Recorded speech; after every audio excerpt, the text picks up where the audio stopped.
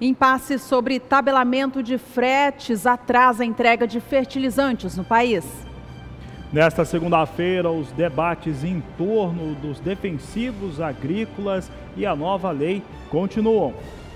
Semana abre novamente em queda para a soja na Bolsa de Chicago, depois de encerrar a última sessão de sexta em recuperação.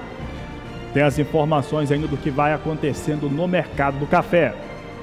Cotações de mercado pelo Brasil e no cenário externo, previsão do tempo e muito mais você acompanha a partir de agora aqui com a gente no Agricultura BR.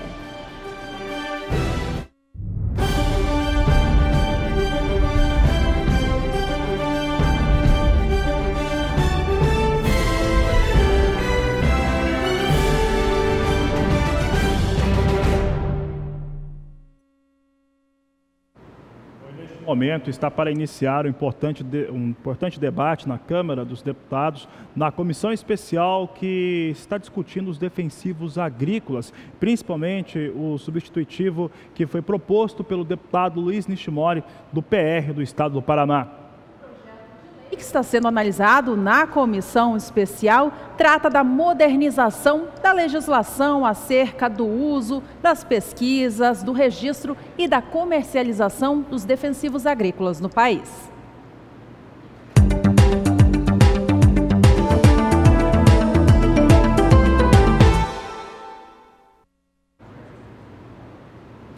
E é fato, as tradings não têm feito aquisições já há algum tempo. Há quem diga, Juliana, que já temos ali para somar cerca de 3 semanas em que as comercializações das grandes operadoras está totalmente paralisada. O grande motivo seria o fator de tabelamento de fretes e isso faz com que se tenha pouca soja disponível nos portos, inclusive com alguns armazéns nessas localidades totalmente em baixa. O consultor de mercado, Hernani Klein, comenta o assunto. Boa tarde, Fabiano. Boa tarde, Juliana. Boa tarde, amigos do SBA. Fabiano, com relação a negociações, tanto para a soja quanto para o milho, durante a semana nós não vimos nenhuma negociação volumosa por parte das trades acontecerem. Algumas negociações pontuais de mercado interno para o milho, fábricas de rações, confinamento, tem tomado alguns volumes pequenos, mas volumosos com trades a gente não tem visto sair nenhum negócio. Isso devido ao cenário que ainda continua indefinido com relação à tabela do frete, que a gente está aguardando, o mercado está aguardando um desfecho do que vai acontecer com essa situação. Então, de uma forma geral, apesar também do mercado estar num cenário de queda, tanto para o soja quanto para o milho, em virtude dessa guerra comercial China-Estados Unidos, os negócios estão bastante parados na região. Nos portos também a gente tem a informação de que muito pouco está sendo realizado. Então, assim, o mercado está parado e a gente aguarda essas novas definições para ver se o mercado começa a rodar de novo novos negócios. Obrigado, um abraço. Um grande abraço aí para Hernani Klein. Hernani Klein está numa rural no interior de Sinop, está acompanhando inclusive colheita de milho. A grande dificuldade está em escoar nesse momento a soja que foi comprada nos meses de abril e maio. Isso traz um travamento para o mercado, pode trazer uma configuração de pressão negativa sobre os valores, mas neste momento nós temos um prêmio pago melhor no porto, apesar da pouca movimentação com soja. Você confere agora como está esse valor de referência para a saca da soja nos principais portos de escoamento do país, Porto de Santos e Paranaguá. Na tela você vê os valores apurados pelo Agricultura BR junto à Grãos Corretora. No Porto de Santos, o valor da saca de 60 quilos da soja vale nesta segunda-feira, 25 de junho, R$ 83,00. Já no Porto de Paranaguá, a cotação nesta segunda está em R$ 82,00 a saca.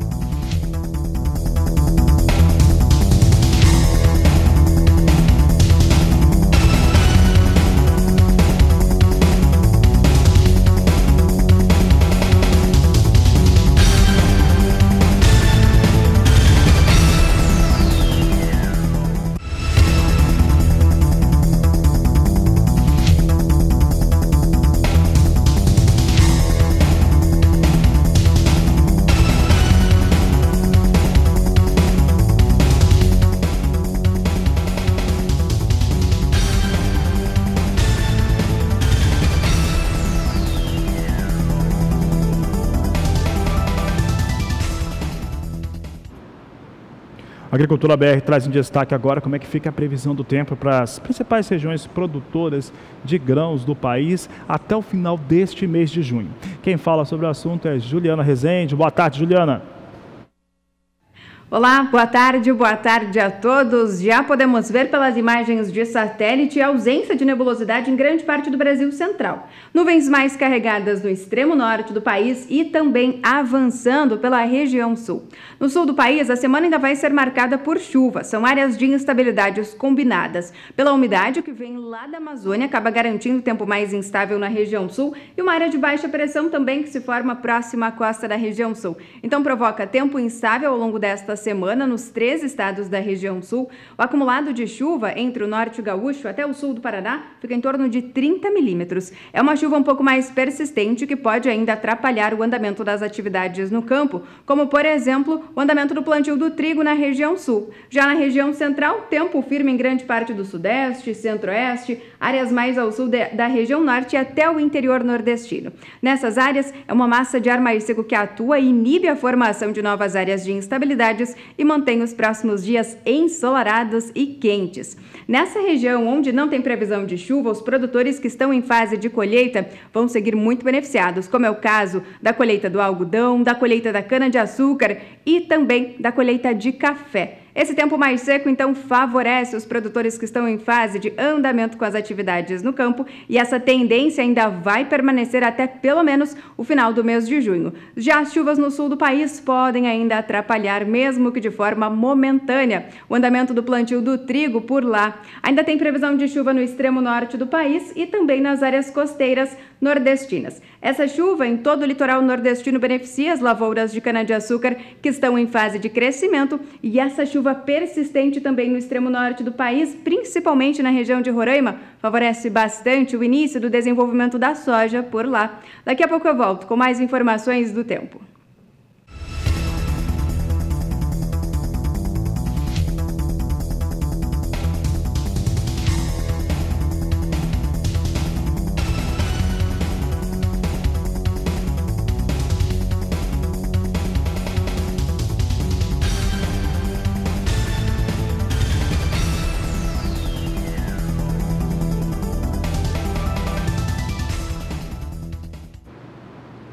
O Agricultura BR segue falando de soja agora no cenário internacional, e depois de algum tempo sem ter nenhum registro de vendas avulsas para a soja norte-americana, nesta segunda-feira o Departamento de Agricultura do país foi informado por exportadores privados da comercialização de 186 mil toneladas para destinos não declarados. Você acompanha na tela conosco como é que ficou essa informação divulgada hoje pelo Departamento de Agricultura norte-americano. Nós tivemos a confirmação de 186 mil toneladas, como eu disse. Chama a atenção que a venda é para entrega na campanha 17/18, destino não declarado, informação de hoje do Departamento de Agricultura norte-americano. A semana abre com as cotações da soja na Bolsa de Chicago novamente em queda, depois de terem encerrado a sessão da última sexta em elevação. Essa queda vem acontecendo desde o fim do mês de maio, com a disputa comercial entre Estados Unidos e China, com a sobretaxa em produtos de ao outro país acontecendo e causando, portanto, toda essa turbulência no comércio entre as nações.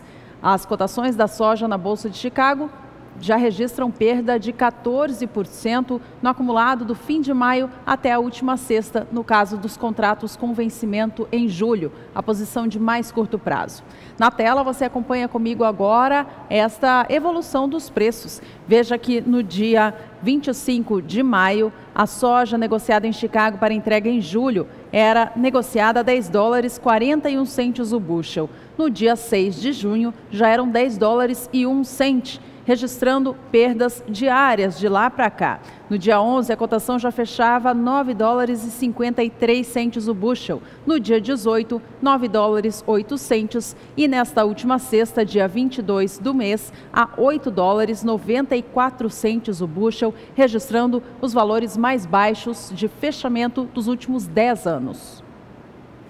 Já para a posição de novembro, que é aquela que tem o maior número de contratos negociados, maior liquidez, a queda, ela também é forte, chega a 13% de queda para o mesmo período considerado. A distância entre os valores de fechamento da posição de mais curto prazo, de julho, como a Juliana colocou, e para novembro, fica na casa de 20 centes neste momento. Vamos saber como é que vem esse prognóstico em relação à posição de novembro. Você vê que ele é de queda. No dia 25 de maio, eram $10,53 o bushel. No dia 4 de junho, recuava a $10,19 o bushel. No dia 11, ele já não tinha o piso de $10, vindo para $9,73. Nesse último dia 18, estava em $9,31. $9,16 foi o fechamento no dia 22, na última sexta-feira, e esse fechamento da sexta-feira era um fechamento ainda com uma forte recuperação, já que as posições de mais curto prazo chegaram a ganhar 14 centes de dólar na última sexta-feira. E hoje nós tínhamos a soja recuando ainda mais na Bolsa de Chicago. Esse ganho que eu citei agora, cerca de 14 centes na posição de novembro, e nas demais posições de curto prazo, mais cedo vinha perdendo tudo que ganhou, porque a queda era expressiva para a soja na Bolsa Norte-Americana. Você confere conosco como é que vem os negócios com soja nos Estados Unidos. Soja nos Estados Unidos agora vendo a posição de julho perder 16 centes a $8,76 por bushel. Agosto 8,83 também perde 16 centes. Setembro $8,79 por bushel, perde 16 centes de dólar. E novembro, posição que tem maior liquidez, observe que ela não tem mais piso para 9, vem com $8,99 o bushel, perde 17 centes de dólar por bushel. O que nós temos de informação importante hoje em relação à soja norte-americana, que impacta no mundo todo, é em torno dos documentos que serão apresentados pelos norte-americanos. O primeiro deles vai sair logo após o final dessa segunda edição da Agricultura BR, falando a respeito dos embarques, as inspeções norte-americanas da oleaginosa. Devem ser baixas, até porque está se falando da safra 17-18 praticamente conclusa em relação às exportações. Mas principalmente, o principal documento esperado que deve trazer um panorama muito bom para os norte-americanos é em relação ao desenvolvimento da soja, do milho, do trigo, do algodão norte-americano. O clima lá ajuda muito e a expectativa é de mostrar conclusão para plantio de soja e um bom desenvolvimento de lavoura, o que dá pressão negativa em Chicago. O boletim Focus do Banco Central, divulgado nesta segunda-feira, que mostra uma tendência para o mercado financeiro no país, trouxe no dia de hoje manutenção na taxa básica de juros do Brasil. O relatório apontou também uma piora no crescimento da economia do país e dólar e inflação mais altos. Os economistas ouvidos pelo Boletim Focus apontaram ainda neste relatório desta semana uma piora no cenário externo e também uma recuperação mais gradual da situação financeira do Brasil. Na tela você acompanha comigo agora quais foram os números para a taxa Selic divulgadas pelo Boletim Focus desta segunda-feira. Para 2018, os economistas apostam em uma taxa básica de juros em 6,5% e para o ano de 2019 em 8%. Especialistas consultados pela pesquisa Focus, lembrando que ela fala com 100 representantes das principais instituições financeiras deste país, elevaram a sua estimativa para o fechamento do ano em relação à moeda norte-americana, de R$ 3,63 para R$ 3,65, mantendo a sua estimativa para 2019 na mesma situação. Você vê comigo na tela, fica mais fácil de lembrar. Olha só, sobe de 3,63 para 3,65 a expectativa para fechamento do dólar em 2018. Para 2019, a pesquisa Focus manteve R$ 3,60 para a moeda norte-americana, de acordo com os especialistas consultados. Já em relação ao PIB, Produto Interno Bruto, que mostra o crescimento do país, os economistas reduziram drasticamente esta projeção, tanto para o ano de 2018 quanto para 2019. Na tela você acompanha comigo agora os números atualizados desta segunda-feira. De acordo com os economistas que participaram da pesquisa Focus, em 2018 o PIB deve fechar em 1,55%. Na projeção da semana anterior, este índice estava estimado em 1,76%. Já para 2019, enquanto na semana passada a expectativa era de 2,70%, agora o PIB estimado para o ano que vem ficou projetado em 2,60%.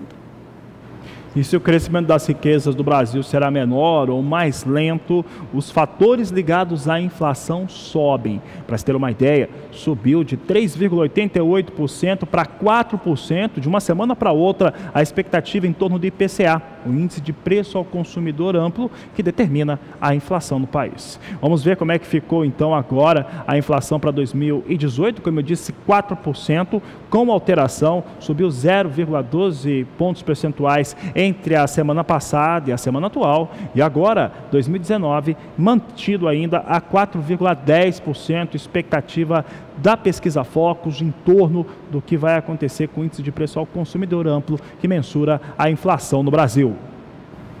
Na manhã desta segunda-feira, a cotação da moeda norte-americana aqui no Brasil vinha operando com leve queda em relação ao fechamento da última sexta. Na sexta passada, a cotação fechou na casa dos R$ 3,78.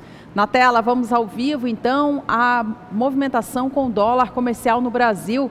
Moeda segue com estabilidade agora, leve redução de 0,07%, também negociada na venda a R$ 3,78. E a hora do primeiro intervalo desta edição. No próximo bloco tem informações para o setor do milho no Brasil. Você aproveite para entrar em contato conosco. Olha, as maneiras são várias e eu já também te convido porque tem muito evento importante agora no mês de julho. Tem a Campo Grande Expo, tem um grande evento sobre manga larga. Então você pode acompanhar tudo pela televisão, pela internet também, através do portal sba1.com. E pode entrar em contato com a Agricultura BR através do nosso WhatsApp no 67 99656 2266. Fique com a gente volta já. E o ministro da Agricultura, Blairo Maggi, esteve presente na reunião dos chamados BRICS, os países emergentes que reúnem Brasil, Rússia, Índia e África do Sul, além da China. As discussões são em torno de vários aspectos comerciais. O Brasil, de acordo com o ministro, quer levar em pauta alguns temas que são importantes para a sua pasta. Entre eles, as medidas antidumping em relação ao frango brasileiro e também a disputa comercial entre Estados Unidos e China. O 8º encontro de ministros de agricultura do BRICS reúne ministros dos 5 países: Brasil, Rússia, Índia, China e África do Sul. O ministro Blairo Maggi viajou acompanhado de outros ministros e também vai participar de outras reuniões ligadas ao agronegócio. Antes de viajar, ele deu entrevista ao SBA e falou dos assuntos que pretende tratar. Eu vou aproveitar a viagem para duas conversas que nos incomodam aqui, né? Embora eu sei que não é o ministro da Agricultura que resolve isso, mas é uma parte do governo. É a questão, sim, da taxação do frango e também com o ministro russo sobre o embargo, que ainda nós não conseguimos demover, já que todos os pleitos que a Rússia tinha com o Brasil foram atendidos, estão vigentes. Blairo Maggi também comentou sobre a guerra comercial entre China e Estados Unidos. Disse que não beneficia o Brasil. Porque a gente é um grande fornecedor de grãos para a China. No momento em que é melhor vender grão, as indústrias brasileiras param de fazer o crushing, fazer a moagem. Nós perdemos o mercado mundial de farelo e fica mais caro perante os americanos ou outros locais, outros produtores, a ração, que é a base da produção de proteína animal nossa, de frangos e de suínos. Então, para mim, nós só temos a perder nisso. Aparentemente você tem um prêmio inicial pela soja, mas na sequência é muito ruim, porque daqui a alguns dias ou alguns anos, a China e os Estados Unidos voltam a se acertar, eles ganham novamente o mercado de soja e a gente já perdeu o mercado de farelo e perdeu o mercado e a competitividade na área de proteína animal que nós temos. Então, para mim, é uma conversa muito ruim, nós teríamos que... não podemos fazer nada, mas vamos torcer para que esses caras se acertem logo. O ministro Blairo Maggi volta ao Brasil neste domingo. Catarina Martorelli para o SBA. Os produtos florestais têm se destacado cada vez mais na pauta das exportações do agro do Brasil. Neste mês de maio, eles alcançaram o segundo lugar na posição dos produtos que geraram maior receita para o país no quesito exportação, atrás apenas do complexo soja. Em terceiro lugar ficou o complexo carnes. De acordo com números do Ministério do Desenvolvimento, Indústria e Comércio Exterior, a receita gerada com as exportações do setor florestal do país nos primeiros 5 meses do ano de 2018 alcançou, você acompanha comigo na sua tela agora, um montante de 5 bilhões 750 milhões de reais. Este volume de receita foi 30,5% acima em relação ao mesmo período de 2017. O principal produto florestal é a celulose, que neste período gerou uma receita de 3 bilhões e meio de reais, respondendo por mais de 60% de todo o faturamento gerado com este segmento.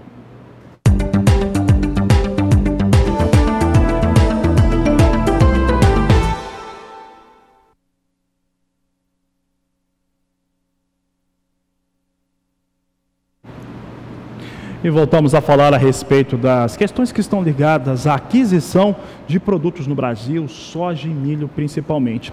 Há pouco, na abertura do programa, Juliana e eu tratávamos desse assunto e trazíamos o depoimento do Hernani Klein, da Klein Agrocomercial, que comentou que realmente o mercado está travado, as grandes tradings que operam no Brasil não estavam ou não estão comprando, fazendo grandes compras já tem 3 semanas por conta da insegurança do valor que é o de negociação do frete. Aquela greve, a paralisação dos caminhoneiros, como eu dizia para alguns produtores rurais, era extremamente danosa, porque ela não resolvia o problema e criava outros. E agora temos esse fator que está impactando o setor todo, principalmente de grãos, Juliana.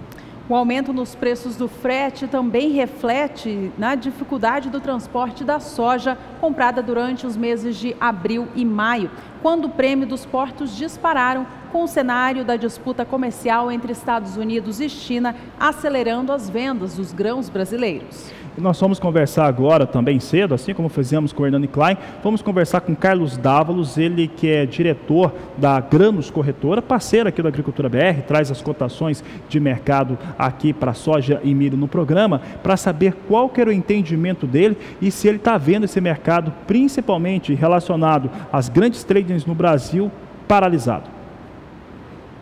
Mato Grosso do Sul tem 73, 75% da soja já comercializada. Depois dessa nova tabela, o mercado realmente recuou bastante por conta da alta no frete e, consequentemente, abaixando os preços no interior e para o produtor rural. Nesse momento, a gente está enxergando que as melhores liquidez ainda estão na exportação, com boa liquidez principalmente para os terminais portuários em Maringá e principalmente para o porto de Paranaguá e Santos. O mercado interno realmente está bastante abastecido, né, com uma melhor liquidez destinado ainda na exportação, como eu te falei agora. Então, a gente acredita que essa liquidez continua dando, a melhor liquidez continua sendo no mercado exportador, mas, consequentemente, pressionados pelo bom desenvolvimento da safra americana, a gente tem aí um apoio, principalmente em reais, nessa volatilidade cambial.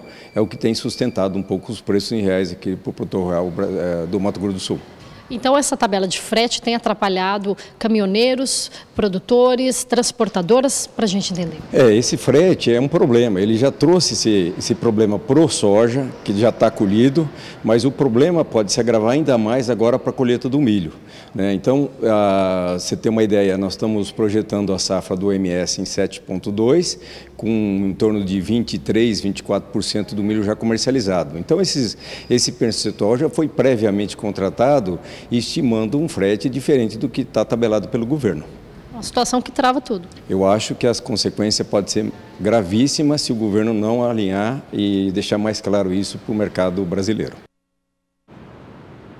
Você viu aí a opinião de Carlos Dávalos, da Gramos Corretora. Na abertura você viu o Hernani Klein, lá no Mato Grosso, também falando. E o tema, né, acaba sendo muito parecido.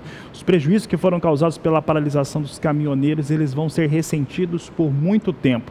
Essa entrega de produto que estamos falando, que está abarrotando armazéns em todos os estados produtores de grãos do país, são grãos que foram comercializados durante o mês de abril e também de maio e deveriam estar sendo entregues durante todo esse mês de junho. O fato é que, se não há segurança em relação a quanto será pago, também não se tem uma ideia do custo que se teve real na cadeia produtiva, principalmente no entendimento da produção, passando pelo transporte até o atravessador que vai levar essa soja até o seu destino final no exterior. Hoje, neste momento, estamos tendo aquela reunião na Câmara dos Deputados, está julgando, né, conversando, debatendo sobre os dispositivos em torno de coisas que são importantes, como a lei dos defensivos. Entretanto, essa situação do tabelamento, ela segue em discussão, só que no STF. Lembrando que todas as ações das entidades brasileiras, elas estão suspensas por conta da decisão do ministro Luiz Fux, do STF, que está apreciando se esse tabelamento, teoricamente o CAD já disse que não é legal, mas discutindo a legalidade de se tabelar ou não o frete no Brasil. E enquanto tudo isso acontece, gerando travamento de mercado, a colheita do milho está começando pelo país. No estado do Mato Grosso, o maior produtor de grãos do Brasil, as atividades estão mais adiantadas. Nesta última semana, segundo o IMEA, o Instituto Mato Grossense de Economia Agropecuária, a evolução dobrou, chegando a mais de 12% de área trabalhada. Na tela você acompanha comigo que no dia 15 de junho, a área colhida chegava a 6,2% de tudo aquilo que foi cultivado. E até a última sexta-feira, dia 22 do mês, a área trabalhada passou a 12,5%, mostrando, portanto, uma evolução significativa. O índice mostra ainda atraso de 7 pontos percentuais em relação ao que se tinha nesta mesma época do ano passado, mas o ritmo está igual, bem parecido com a média das últimas 5 temporadas. Em relação à condição das lavouras, os mato-grossenses esperam colher cerca de 96 sacas por hectare, um índice que se mostra como o terceiro melhor das últimas 5 safras.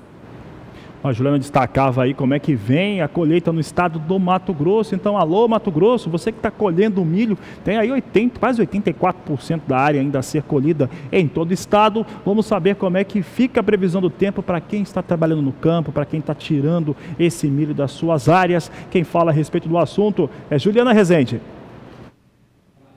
Na região central do país é o tempo firme que vem predominando. Isso é normal para esta época do ano, onde as chuvas diminuem de intensidade em grande parte da região central do Brasil e, por conta disso, acaba mantendo também o solo mais seco. No centro-oeste, em áreas do Mato Grosso e até do estado de Goiás, os índices de umidade do solo caíram para apenas 10%. Isso já prejudicou algumas lavouras de milho segunda safra, quando estavam em fase de crescimento, mas agora em fase de colheita, esse tempo mais seco acaba favorecendo os produtores de milho segunda safra da região. Para os próximos dias, não tem previsão de chuva mais uma vez. Até o dia 30 de junho, a massa de ar mais seco está garantida na região central do país. Então vai garantir mais um período de dias ensolarados e temperaturas bastante elevadas na região.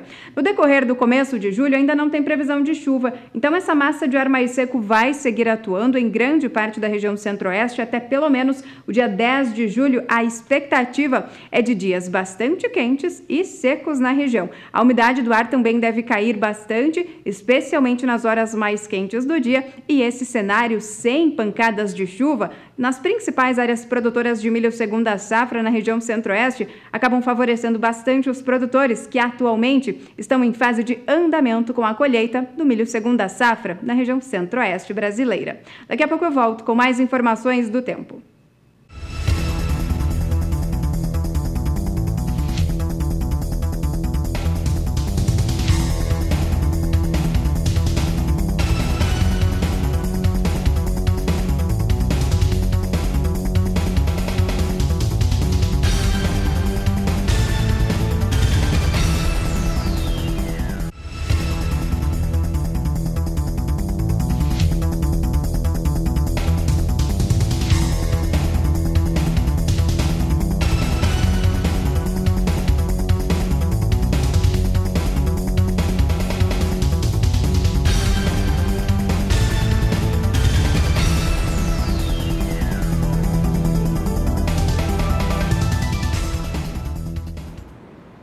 É período de vazio sanitário da soja no Brasil, mas em breve os produtores começam a dar mais atenção à futura safra do grão temporada 2018-2019.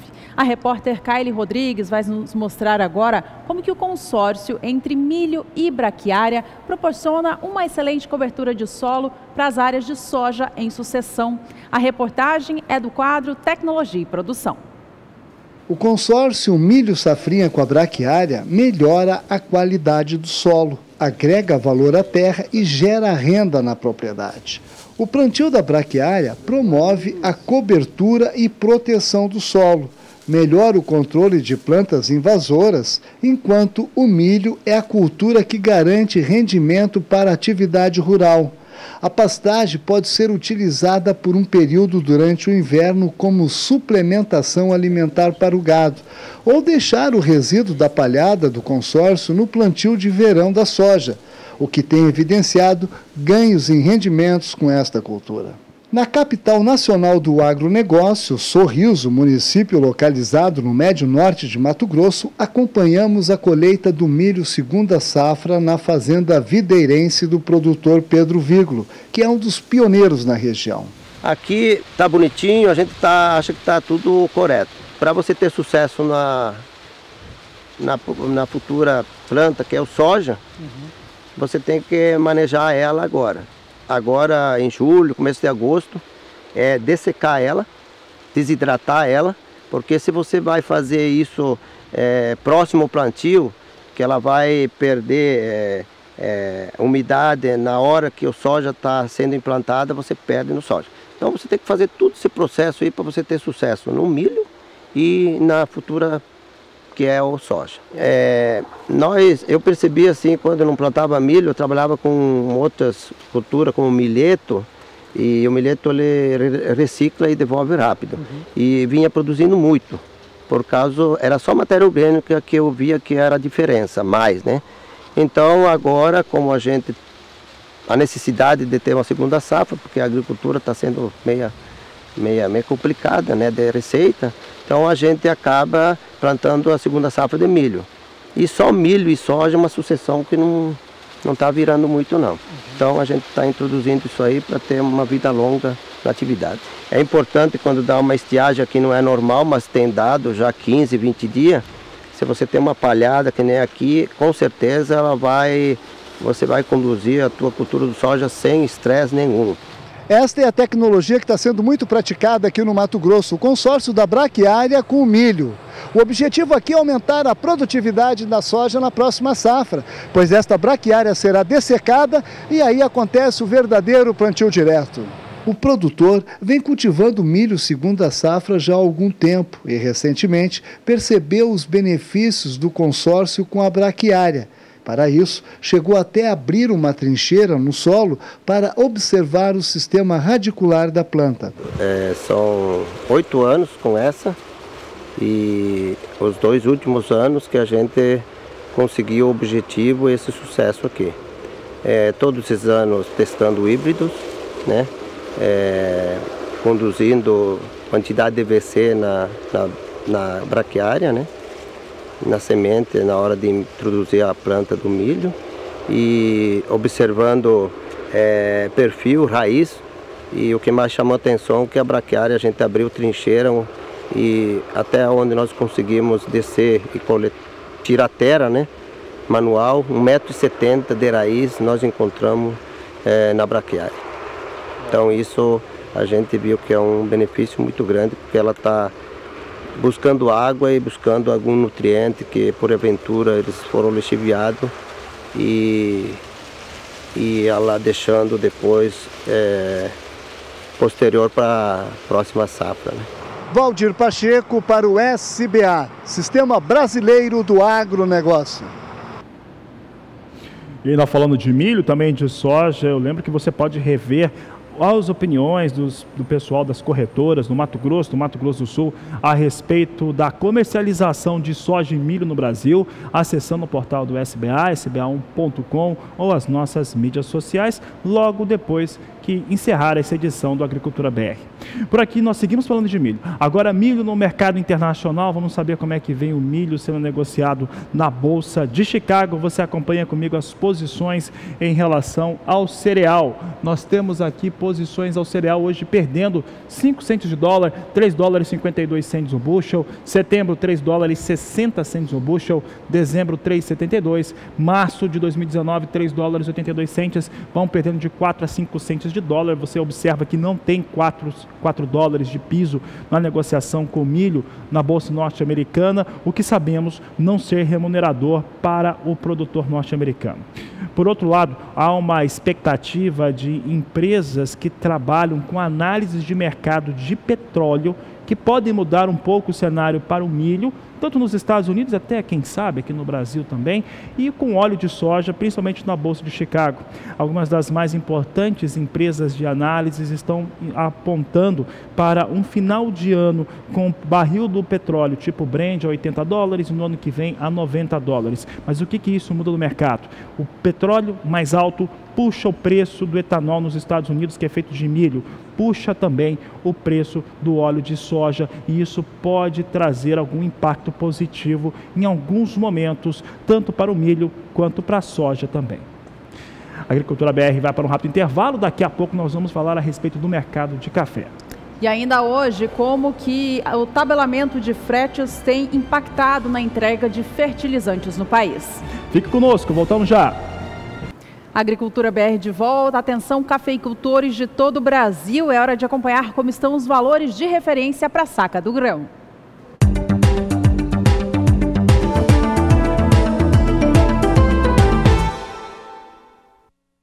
A gente começa com o preço do café arábica, que na última sexta-feira registrou baixa em relação à data anterior. A apuração do CPEA, que toma como referência o estado de São Paulo, mostra pra gente como foram os preços na semana passada. Na tela você acompanha como que foi o fechamento da semana. O valor da saca encerrou a R$ 445,34. Preço em queda, portanto, em relação aos dias anteriores. O mês de junho tem se desenhado com tendência negativa para a variedade arábica aqui no Brasil, queda acumulada de cerca de 2,5%. Essa pressão tem a ver com o andamento da colheita no Brasil, que acaba colocando mais grãos no mercado e assim traz uma pressão normal de queda para os valores. Por aqui seguimos falando a respeito do café arábica. Vamos saber como é que vem a referência internacional, ele que é negociado na plataforma ICE Futures na Bolsa de Nova York. Você acompanha comigo agora como é que vem as posições, mercado ao vivo para você. Temos aqui Nova York trazendo hoje ligeiros ganhos para as posições negociadas, mas nada que mude muito o cenário, nada que compense essa pressão negativa que o cafeicultor brasileiro tem sofrido desde o final do ano passado. Observe que a posição de julho neste momento é negociada a $1,14 por libra-peso. Setembro, $1,17 mais 5 a libra-peso. Dezembro, $1,20 mais 45 por libra-peso. E a posição de março de 2019, com negócios em $1,23 mais 95 por libra-peso. Lembrando que aqui nós temos as posições de setembro e dezembro com um pouco mais de vigor em torno da importância para o produtor brasileiro, para o cafeicultor nacional, uma vez que boa parte da safra brasileira é negociada nessas duas posições.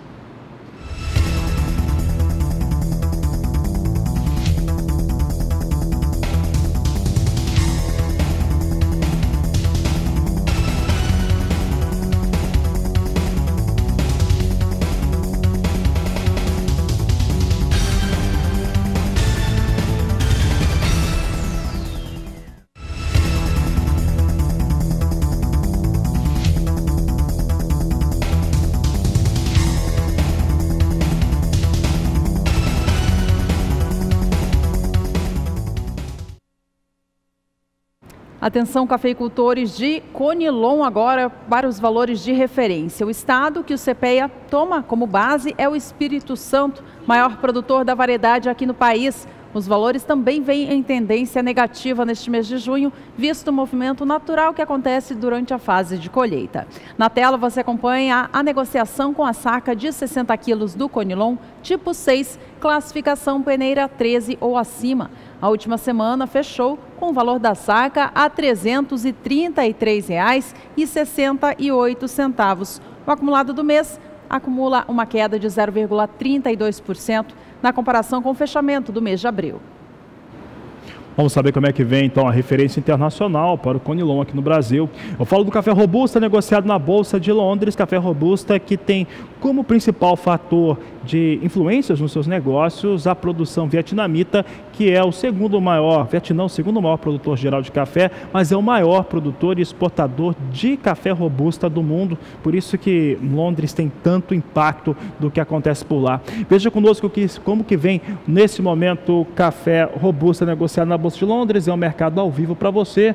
Nós temos, como a Agricultura BR já previa para você, desde quando o Departamento de Agricultura norte-americano divulgou há 16 dias aquele relatório com uma previsão de quase 30 milhões de sacas de café no Vietnã, que o mercado traria para baixo de $1.700 o piso de negócios nas posições em Londres. E é o que acontece. Posição de setembro recua 1,12%, vem para $1.686 a tonelada.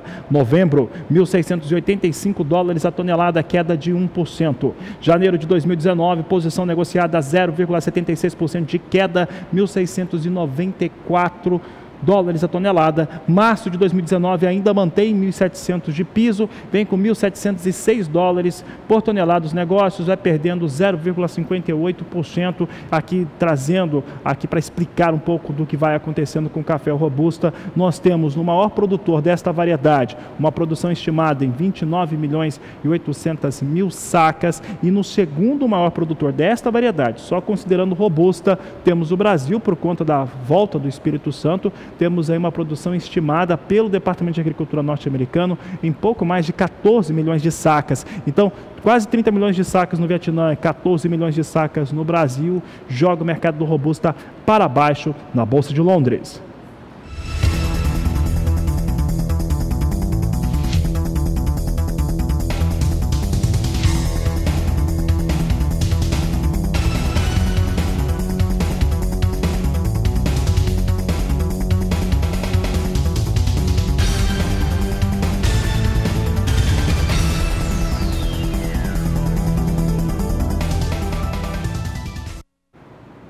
Mato Grosso do Sul não é um estado tradicional na produção de café, mas um pequeno município, Ivinhema, traz sim à tona esta atividade. A repórter Miriam Valadares foi acompanhar de perto como está o processo de produção por lá e mostra agora pra gente no Agricultura BR. Vamos ver.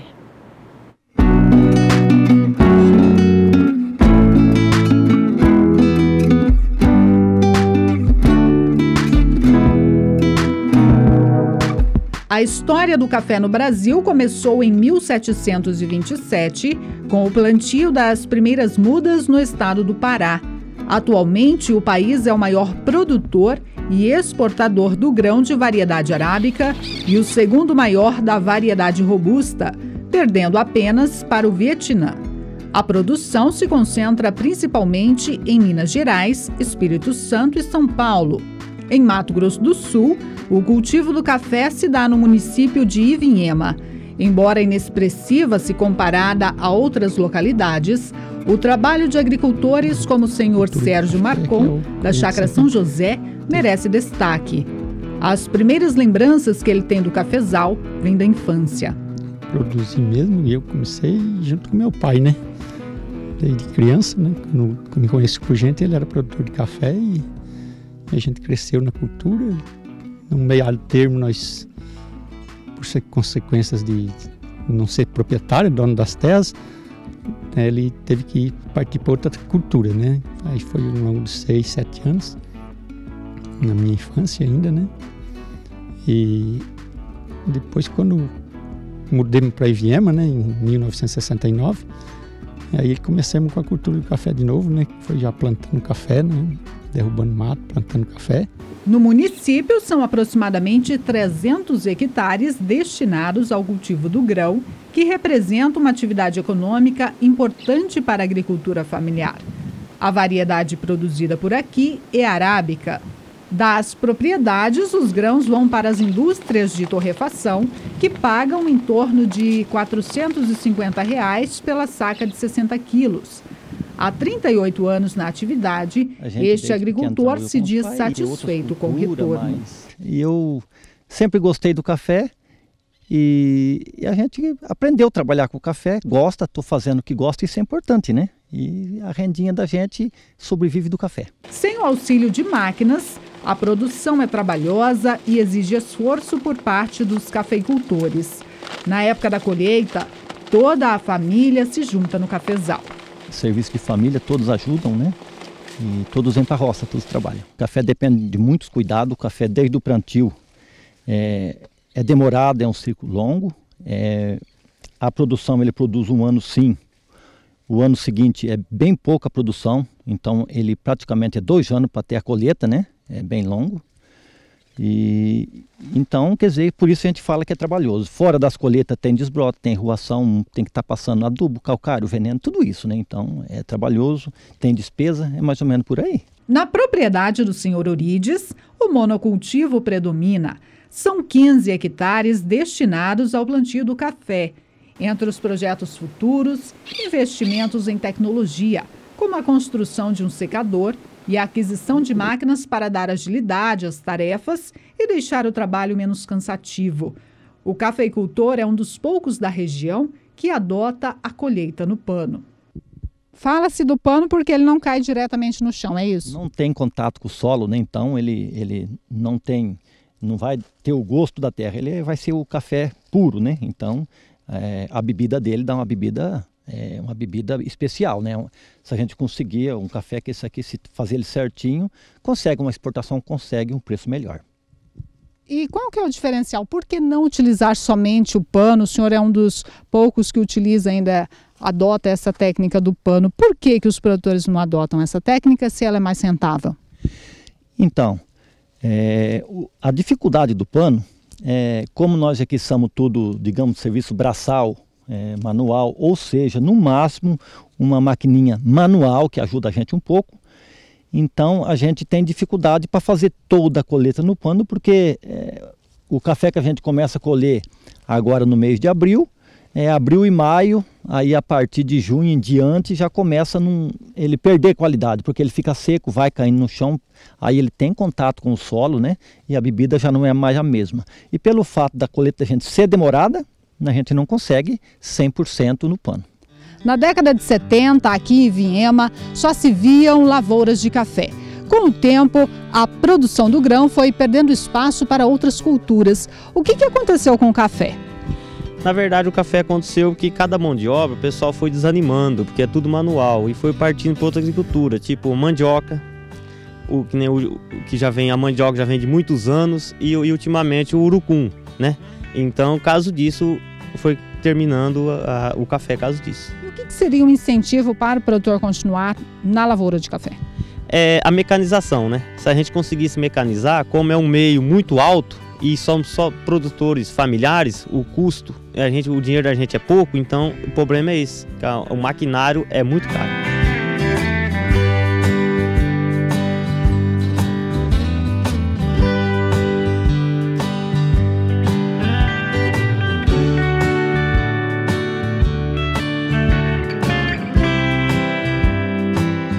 De olho na permanência dos agricultores na atividade, o associativismo vem para fortalecer não só as atividades do setor cafeeiro, como também de outras culturas, que, por sinal, são bem diversificadas. O nosso município tem terras do qual a gente tem uma oportunidade de diversificar.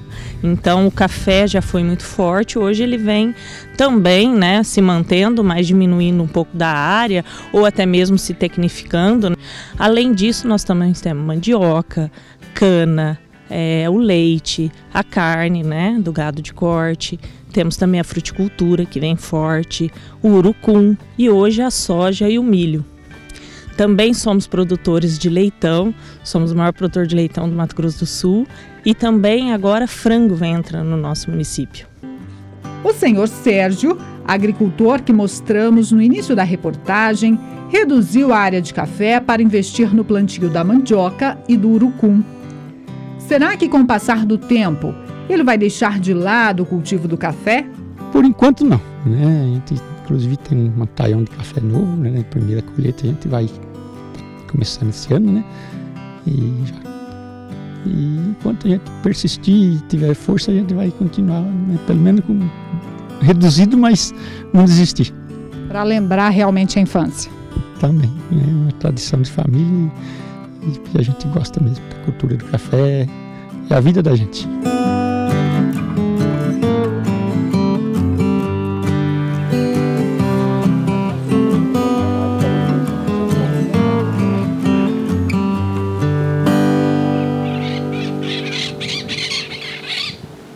Produtor de café ou outras culturas, participe do programa com a gente. Nós vamos para um rápido intervalo comercial. Aproveite então esse tempinho para mandar fotos, vídeos, contar um pouquinho da sua produção para a gente. Só mandar uma mensagem pelo aplicativo WhatsApp no número 67996562266. E ainda hoje mais informações e destaques do mercado da soja aqui no Agricultura BR. Nós voltamos já.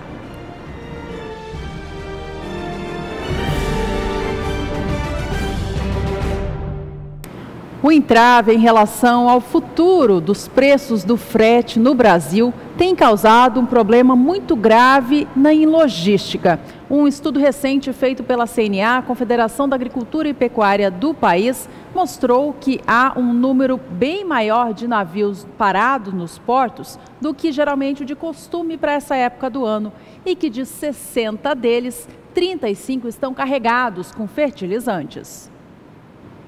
A entrega para os produtos já vem bem atrasada e isso pode representar um impacto extremamente negativo para a próxima safra de verão. É exatamente isso. Essa situação toda, eu já repeti isso algumas vezes aqui no Agricultura BR, trouxe muitos prejuízos e esses prejuízos não cessaram. Os prejuízos em relação à paralisação dos caminhoneiros. Vamos ver agora na tela como é que está essa configuração em relação à greve e aqui a pontuação de Leone Severo, ele que é consultor de mercado da Sim Consult. São milhões de toneladas de fertilizantes que precisam ser aplicados em 35 milhões de hectares, pelo menos. Isso pode se atrasar ainda mais com essa falta de solução do frete, podendo se estender até agosto. Não haverá tempo suficiente para distribuir todo o fertilizante, então muitos não poderão plantar, ou pior, podem até plantar numa condição extremamente complicada e aí ter resultados inferiores na sua produção. Os números da ANDA, Associação Nacional para a Difusão de Adubos, mostram essa situação severa, o atraso na entrega dos fertilizantes no país. Na tela você acompanha comigo agora o montante de insumo que foi entregue ao consumidor final em maio de 2018. De acordo com a associação, 1.780.000 toneladas de fertilizantes chegaram ao público final. Esse número mostra uma queda bem significativa em relação a essa mesma época do ano passado, 27,3% abaixo. Se a gente contabilizar os 5 primeiros meses do ano, há também uma queda que chega a 4%. Eu falo agora especialmente com o produtor rural do Rio Grande do Sul. Um grande abraço aos gaúchos. Olha só, o papo é por aí porque o governo do estado, ele promete trazer linhas de créditos especiais para os produtores rurais que atuarem para a preservação do bioma Pampa, que tanto identifica o estado do Rio Grande do Sul. A reportagem é de Annelise Nicolodi. As paisagens naturais do Pampa são variadas. De serras a planícies, de morros rupestres a coxilhas. O bioma exibe um imenso patrimônio cultural associado à biodiversidade. E é justamente a preocupação em preservar essas paisagens naturais que fez o governo do Rio Grande do Sul lançar um projeto ambiental para a conservação dos campos nativos do bioma Pampa. O bioma Pampa, ele é muito delicado e ele só tem aqui no Rio Grande do Sul, em termos de Brasil. E a sua preservação depende do pastoreio. Não adianta, como uma floresta, deixar lá, que o Pampa não é assim. Ele vive quando tem o campo nativo e o gado pastando nele. Então, essa iniciativa é muito importante porque os produtores aderiram a um conceito de produção ambientalmente sustentável, evitando o sobrepastoreio, muitas unidades num campo pequeno, evitando a conversão do campo em lavoura. Então, com isso, a gente consegue proteger o bioma, mas ao mesmo tempo gerando renda para os produtores. Então, o projeto, ele foi assim um projeto de capacitação, de implantação de boas práticas, que fez com que a iniciativa privada protegesse o planeta. Então, muda um pouco o paradigma, porque como é que a gente fazia até hoje? Criava parques, unidades de conservação fechadas, protegendo até da ação humana. Aqui não, nós temos uma experiência em que a ação humana protege o meio ambiente, por isso da importância. Por ser um conjunto de ecossistemas muito antigo, o Pampa apresenta flora e fauna próprias e grande biodiversidade. Estimativas indicam valores em torno de 3.000 espécies de plantas, quase 500 espécies de aves e mais de 100 mamíferos terrestres. É totalmente viável isso, através do trabalho da Aliança da Passação nos últimos anos, a gente já mostrou que sim, é possível preservar o bioma Pampa e produzir. E a gente está focando muito na produção pecuária, né? Por quê? Naturalmente, o bioma Pampa é riquíssimo em gramíneas, são mais de 400 espécies de gramínea, e essa gramínea é um ótimo alimento para o gado. Então daí você consegue entender por que uma gramínea nativa é tão boa, e vocês viram o resultado da qualidade da carne que é produzido, né? Ao mesmo tempo, essas gramíneas nativas atraem toda uma biodiversidade, desde a vegetação, inseto e as aves também. Por isso que a gente tem, nas fazendas hoje que fazem parte da Aliança, são mais de 200 espécies de aves, com mais ou menos 12 ameaçadas de extinção, em terra privada, dentro das fazendas. O que precisa, que é muito importante nesse projeto, é uma capacitação e um treinamento de manejo desses campos nativos. Ainda falta muita assistência técnica de como manejar esse campo nativo e fazer como que ele realmente seja produtivo, que é produtivo e competitivo até com outras formas de cultivo, sim, mas precisa ter um treinamento, precisa ter um manejo, e esse projeto vai possibilitar esse treinamento. E através do BRDE, inclusive, vão ser abertas linhas de crédito atrativas para os produtores que manejarem o campo nativo, né? Então é um incentivo econômico. E, em paralelo, a gente monitora a biodiversidade através das aves para ver se tudo isso também está aos dois lados, ganhando economicamente e ganhando em termos de biodiversidade. Os produtores rurais e extensionistas que participarem do projeto terão acesso a uma linha de crédito de longo prazo de mais de 5 milhões de reais, financiados pelo BRDE para incremento da produtividade pelo adequado manejo das pastagens, associado a uma valorização diferencial dos produtos. Além deste valor, estará disponível mais de 1,5 milhão a fundo perdido, com recursos do Fundo Brasileiro para a Biodiversidade.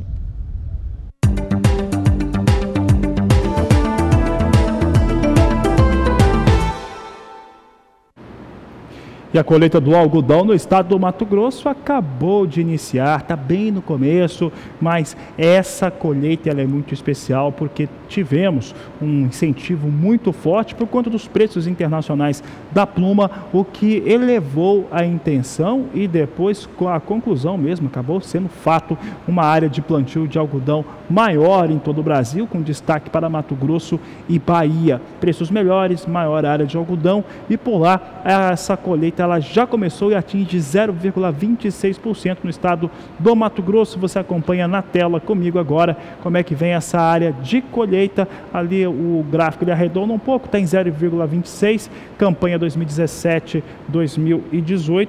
Nós temos aqui na anterior, ela estava em 0,88%, de acordo com o Instituto Mato Grossense de Economia Agropecuária. Colheita, portanto, no estado do Mato Grosso no início, mas uma colheita que promete vir com bons resultados e boa comercialização, principalmente. E o Instituto Mato Grossense do Algodão vai lançar no dia 6 de julho uma nova variedade de semente da fibra, que é mais resistente a algumas raças de nematóides. Valdir Pacheco tem os detalhes. Muitas novidades serão apresentadas pelo Instituto Mato Grossense do Algodão no dia de campo que acontecerá no Centro de Treinamento e Difusão Tecnológica AMPA-IMA-MT, do Núcleo Regional Centro, no município de Campo Verde, no sul do estado, no próximo dia 6 de julho, sexta-feira.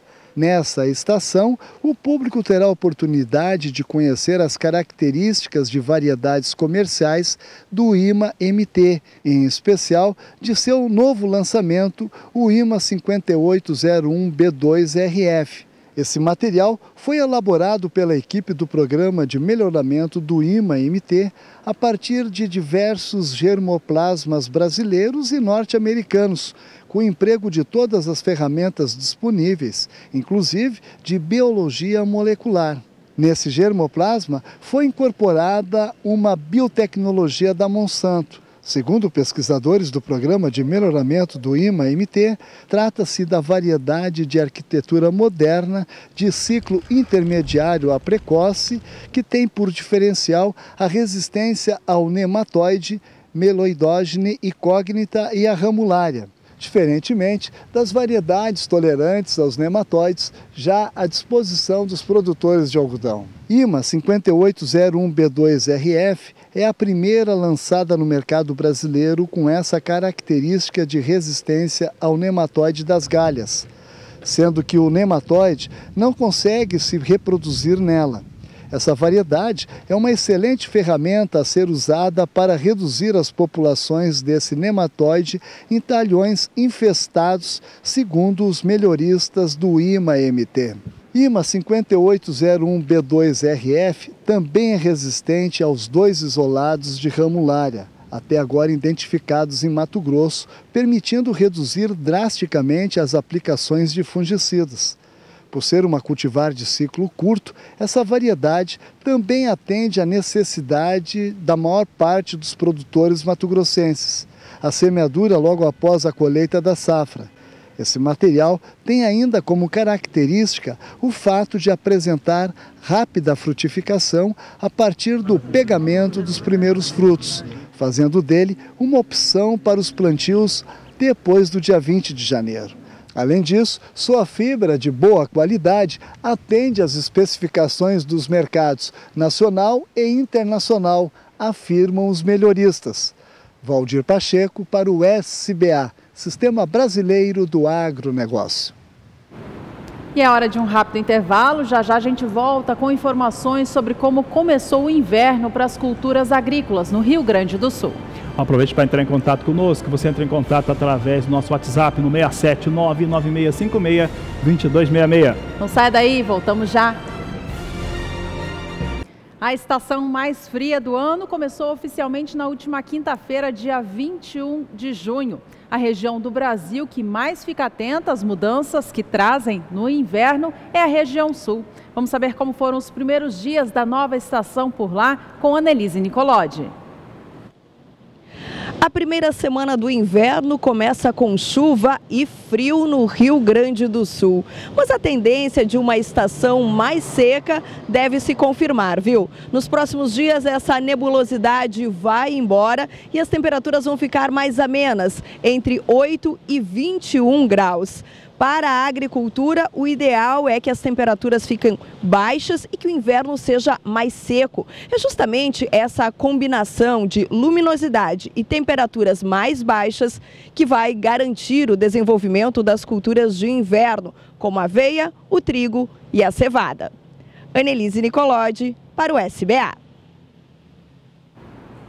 Tá certo, Annelise. Por aqui o Agricultura BR traz as últimas informações dessa edição. Você acompanha comigo como é que vem os negócios com soja em Chicago agora, soja que começou o dia perdendo muito, devolvendo tudo que recuperava na sexta-feira, e essa queda, ela continua se expressando maior. Veja só que a queda agora é de 17 cents até 19 cents por bushel, queda forte para a soja. Posição de julho a $8,76 mais 6 o bushel, agosto 8,81 mais 6, setembro, $8,87 mais 2 por bushel. Em novembro de 2018, $8,96 mais 6 por bushel. A queda é forte. Nós teremos ainda hoje, logo após o fechamento do mercado, o Departamento de Agricultura norte-americano provavelmente confirmando uma excelente situação climática e de desempenho de campo para o desenvolvimento da soja, do milho e de outras culturas norte-americanas. Traz essa pressão negativa, mas tem também China e Estados Unidos que estão muito longe de chegarem a qualquer acordo ou uma situação um pouco mais amigável do ponto de vista comercial. O que tem sustentado os valores da soja no Brasil é a cotação da moeda norte-americana, que está em patamar elevado. Você acompanha comigo na tela agora como vem a movimentação desta segunda-feira. Dólar comercial é vendido no momento no Brasil a R$ 3,78 mais 4. Praticamente estável em relação ao fechamento da última semana, mas com leve variação positiva de 0,04%. E essa edição vai ficando por aqui. Muito obrigada pela companhia e a gente se vê em breve. Este é o Agricultura BR. A inteligência e a transparência do agronegócio sempre com você. A todos uma ótima tarde e até mais.